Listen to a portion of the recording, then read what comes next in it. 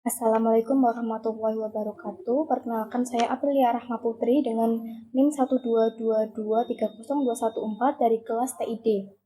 Pada kali ini saya akan mempresentasikan hasil studi kasus pemodel yang pertama, yaitu pada pemodel yang pertama itu dengan PT Nusantara merupakan perusahaan yang bergerak bidang manufaktur. Hasil produksinya yaitu peralatan tulis, salah satunya yaitu binder. Pada dua binder ini, yang studi kasus yang pertama yaitu dengan bagian plastik sebagai cover. Dengan pembuatan cover ini, kedatangan bahan baku plastik terjadi setiap 10 menit sekali sebanyak 14 kali kedatangan, dan setiap kedatangan itu terdapat 4 unit bahan baku plastik. Proses produksi yang dilalui pada pembuatan cover ini yaitu pada gudang bahan baku yang pertama, kemudian peleburan, pencetakan, finishing, kemudian masuk pada gudang produk jadi. Tahapan yang pertama kita pada location. Location ini digunakan untuk menentukan berapa apa saja stasiun kerja yang digunakan dan juga kapasitas yang dapat digunakan pada setiap stasiun kerja tersebut, di mana gudang bahan baku itu kapasitasnya yaitu 50. Untuk yang lain itu kapasitasnya adalah 1. Dan untuk gudang bahan baku dan produk jadi ini 50.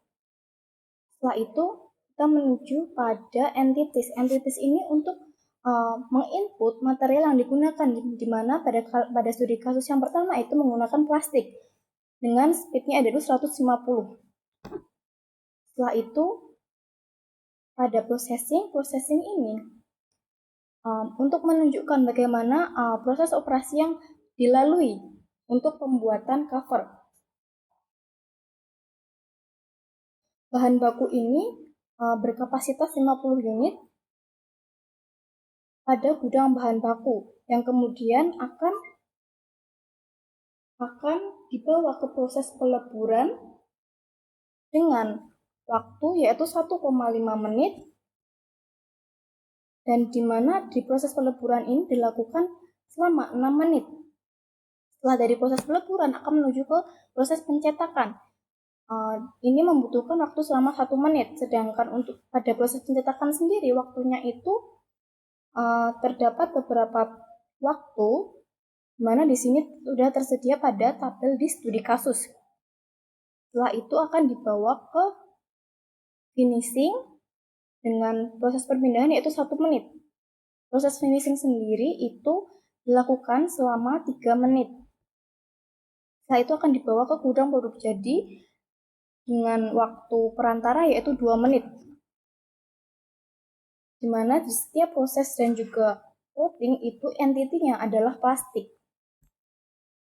Dari gudang produk jadi ini akan dikeluarkan untuk didistribusikan.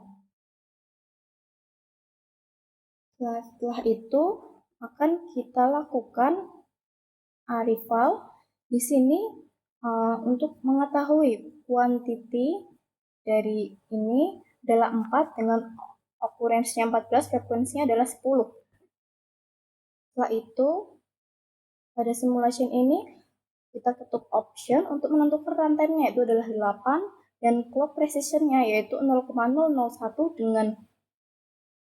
dengan hour atau jam.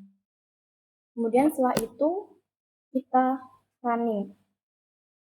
Berikut merupakan hasil running dari simulasi yang pertama dan ini adalah general report-nya.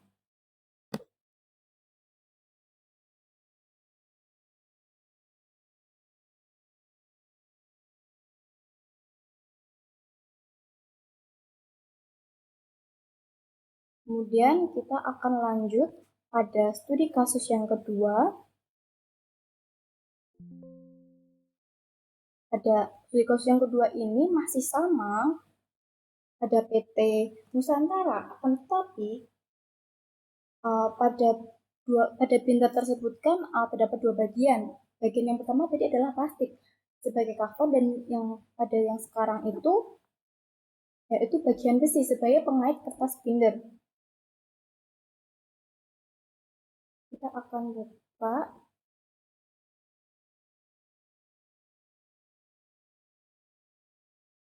Yang kedua, di mana besi ini akan didatangkan oleh perusahaan dalam kondisi siap dirakit dari supplier. Kedatangan besi ini sebanyak 20 kali dengan jeda waktu yaitu 15 menit setiap kali kedatangannya. Dan kedatangan tersebut akan mendatangkan 2 unit. Proses produksi yang dilalui yaitu yang pertama, besi ini akan tiba di gudang kedatangan, kemudian akan melalui conveyor input, kemudian menuju ke pemotongan besi, perakitan besi, kemudian finishing besi, kemudian melalui conveyor output menuju ke gudang besi. Di sini terdapat buffer. Buffer itu merupakan tempat penampungan sementara yang diletakkan di antara proses pemotongan besi dan juga perakitan besi. Hal ini digunakan agar menghindari penumpukan setelah terjadinya proses pemotongan. Kemudian kita akan location dulu untuk menentukan kapasitas dan juga stasiun kerja yang digunakan selama proses produksi ini. Dengan gudang kedatangan itu kapasitasnya yaitu 100, conveyor input itu 15, finishing besi 1, conveyor output dan juga buffer itu infinite, dan gudang besi yaitu 100. Setelah itu kita menuju entities. Entities ini untuk menentukan material yang digunakan, dimana yang digunakan adalah besi kan tadi. Nah, ini itu speednya adalah 150.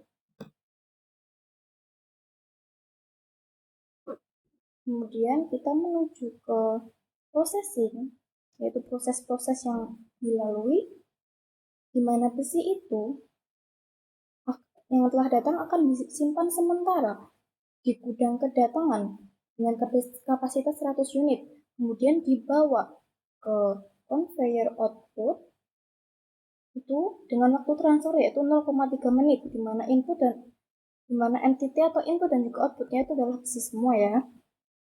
Kemudian setelah dari conveyor input ini akan conveyor input itu tadi dia berkapasitas 15 unit. Kemudian akan dibawa ke pemotongan besi yang berjarak 15 feet dengan kecepatan 50 fpm. Proses pemotongan besi ini sesuai ukuran itu akan dipotong sesuai dengan ukuran menjadi 3 bagian dengan waktu proses yaitu 3 menit. Kemudian akan dibawa ke proses perakitan besi dengan jarak waktu yaitu 0,5 menit. Nah, di sini itu setelah pemotongan besi itu terdapat buffer. Buffer ini kan tadi saya sudah menurut dari studi kasus itu dia untuk sebagai penampungan sementara dari produk yang telah dilalui dari pemotongan besi agar tidak terjadi penumpukan. Kemudian apabila dari buffer itu dia akan berjarak 0,2 menit. Kemudian pada proses perakitan itu memakan waktu dengan distribusi uniform yaitu 6,7. Kemudian besi yang sudah dirakit akan disempurnakan di finishing dengan waktu transfernya dari perakitan ke finishing yaitu 1,2 menit. Kemudian di sini finishing besi itu terjadi selama 2 menit.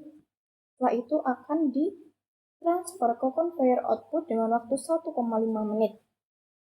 Dari conveyor output itu berkecepatan 60 fpm, besi dibawa ke gudang sementara atau gudang besi ini yang berjarak 20 feet dari proses finishing. Conveyor dan gudang sementara tersebut berkapasitas tak terbatas. Setelah itu akan exit atau untuk dilakukan distribusi. Kemudian kita lakukan simulation pada option ini untuk menentukan bahwa rantainya itu adalah 8 dan clock precision-nya itu adalah hour. Kemudian akan kita running.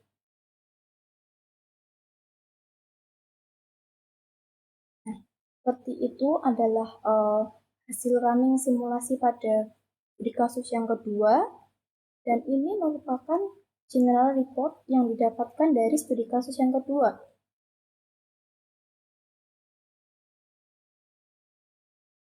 Di sini pada location ada schedule time, nama SK-nya, kapasitas, total entries, kemudian ada rata-rata waktu, kemudian ada persenan utilitas, kemudian pada location stage multi ini ketahui persen empty, persen part occupied, persen full, dan juga persen down-nya.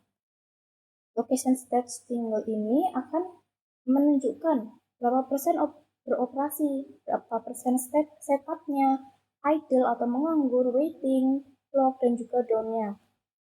Kemudian ini file arrival, entity activity, dan entity stage. Sekian yang dapat saya sampaikan, kurang lebihnya saya mohon maaf. Terima kasih. Wassalamualaikum warahmatullahi wabarakatuh.